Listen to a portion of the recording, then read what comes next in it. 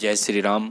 आज हम बृहस्पति व्रत कथा का द्वितीय पाठ लाए हैं, जिसके चलते रानी दोबारा आलस करने लगी। तब दासी बोली, देखो रानी, तुम पहले भी इस प्रकार आलस करती थी, तुम्हें धन रखने में कष्ट होता था, इस कारण सभी धन नष्ट हो गया। और अब जब भगवान बृहस्पति की कृपा से धन मिला है तो तुम्हें फिर से आलस होता है।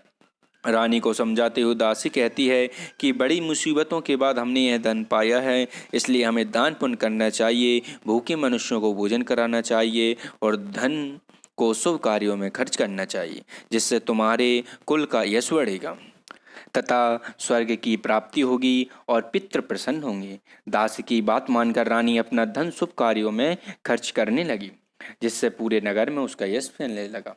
और उधर एक दिन दुखी होकर जंगल में एक पेड़ के नीचे आसन जमाकर बैठ गया उसका जो राजा पति था। वह अपनी दशा को याद करके व्याकुल होने लगा।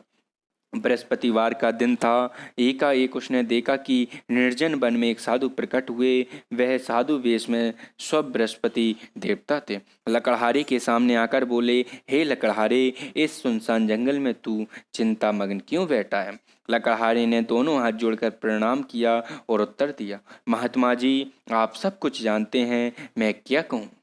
यह कहकर रोने लगा और साधु को अपनी आत्मकथा सुनाई। महात्मा जी ने कहा, तुम्हारी स्त्री ने बृहस्पति के दिन बृहस्पति भगवान का निरादर किया है, जिसके कारण रुष्ट होकर उन्होंने तुम्हारी यह दशा कर दी। अब तुम चिंता को दूर करके मेरे कहने पर चलो तो तुम्हारे सब कष्ट दूर हो जाएंगे और भगवान पहले से भी अधिक संपत्ति देंगे। तुम बृहस्पति के दिन कथा किया करो, 2 पैसे के चने मुनक्का लाकर उसका प्रसाद बनाओ और शुद्ध जल से लोटे में शक्कर मिलाकर अमृत तैयार करो। कथा के पश्चात अपने सारे परिवार और सुनने वाले प्रेमियों में अमृत व प्रसाद बांटकर आप भी ग्रहण करो। ऐसा करने से भगवान तुम्हारी सब मनोकामनाएं पूर्ण करेंगे। साधु के ऐसे वचन सुनकर लकड़हारा बोला, हे प्रभु, मुझे लकड़ी बेचकर इतना पैसा नहीं मिलता जिससे भोजन के उपरांत कुछ बचा सकूं। मैंने रात्रि में अपनी स्त्री को व्याकुल देखा है, मेरे पास कुछ भी नहीं जिससे मैं उसकी खबर मंगा सकूं। साधु ने कहा, हे लकड़हारे, तुम किसी भी बात की चिंता मत करो। बृहस्पति के दिन तुम रोजाना की तरह लकड़ियां लेकर शहर को जाओ। तुमको रोज से दूना धन प्राप्त होगा, जिससे तुम भली भांति भोजन कर लोगे तथा बृहस्पति देव की पूजा का सामान भी आ जाएगा। इतना कहकर साधु अंतर ध्यान हो गए। धीरे धीरे समय व्यतीत होने लगा। फिर वही बृहस्पति का दिन आया। लकड़हारा जंगल से लकड़ी काटकर किसी शहर में बेचने गया। उसे उन लकड़ियों का दाम पहले दिनों से चौगुना मिला। राजा ने चना गुड़ आदि लाकर गुरुवार का व्रत किया। उस दिन से उसको सभी कलेश दूर हुए, परंतु जब दोबारा गुरुवार का दिन आया तो बृहस्पतिवार का व्रत करना भूल गया। इस कारण बृहस्पति देव भगवान रुष्ट हो गए और उस दिन उस नगर के राजा ने विशाल यज्ञ का आयोजन किया, जिस नगर में यह लकड़हारा रहता था, तथा शहर में यह घोषणा करा दी कि कोई भी मनुष्य अपने घर में भोजन न बनावे, न आग जलावे, समस्त जनता मेरे यहाँ भोजन करने आवे। इस आज्ञा को जो न मानेगा उसे फांसी की सजा दी जाएगी। इस तरह की घोषणा संपूर्ण नगर में करवा दी गई। राजा की आज्ञा अनुसार शहर के सभी लोग भोजन करने गए, लेकिन लकड़हारा कुछ देर से पहुंचा, इसलिए राजा उसको अपने साथ घर ले गए और ले जाकर भोजन करा रहे थे तो रानी की दृष्टि उस खूंटी पर पड़ी जिस पर उसका हार लटका हुआ था। वह वहां पर दिखाई नहीं दिया। रानी ने निश्चय किया कि मेरा हार इस मनुष्य ने चुरा लिया है।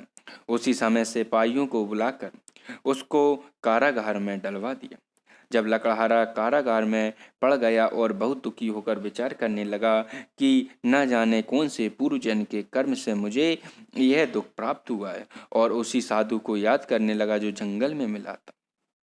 उसी समय तत्काल बृहस्पति देव साधु के रूप में प्रकट हुए और कहने लगे, अरे मूर्ख, तूने बृहस्पति देव की कथा नहीं करी, इस कारण तुझे दुख प्राप्त हुआ है। अब चिंता मत कर, बृहस्पति बृहस्पतिवार के दिन कारागार के दरवाजे पर 4 पैसे पड़े मिलेंगे, उनसे तू बृहस्पति देव की पूजा करना, तेरे सभी कष्ट दूर हो जाएंगे। बृहस्पति के दिन उसे 4 पैसे मिले। लकड़हारे ने कथा कही। उसी रात्रि को बृहस्पति देव ने उस नगर के राजा को स्वप्न में कहा, हे राजा, तुमने जिस व्यक्ति को कारागार में बंद किया है वह निर्दोष है, वह राजा है, उसे छोड़ देना। रानी का हार उसी खूंटी पर लटका है, अगर तू ऐसा नहीं करेगा तो मैं तेरे राज्य को नष्ट कर दूंगा। इस तरह रात्रि के स्वप्न को देखकर राजा प्रातः काल उठा और खूंटी पर हार देखकर लकड़हारे को बुलाकर क्षमा मांगी तथा लकड़हारे को योग्य सुंदर वस्त्र आभूषण देकर विदा कर दिया। बृहस्पति देव की आज्ञा अनुसार लकड़हारा अपने नगर को चला तथा राजा जब अपने नगर के निकट पहुंचा तो उसे बड़ा आश्चर्य हुआ। नगर में पहले से अधिक बाग, तालाब, कुएं तथा बहुत सी धर्मशाला, मंदिर आदि बन गई हैं। राजा ने पूछा, ये किसका बाग और धर्मशाला है? तब नगर के सब लोग कहने लगे, ये सब रानी और बांदी के हैं। तो राजा को आश्चर्य हुआ और गुस्सा भी आया। अब इसके बाद राजा रानी के साथ क्या व्यवहार करता है, इसके लिए हमारी वीडियो का अगला पार्ट देखें। जय श्री राम।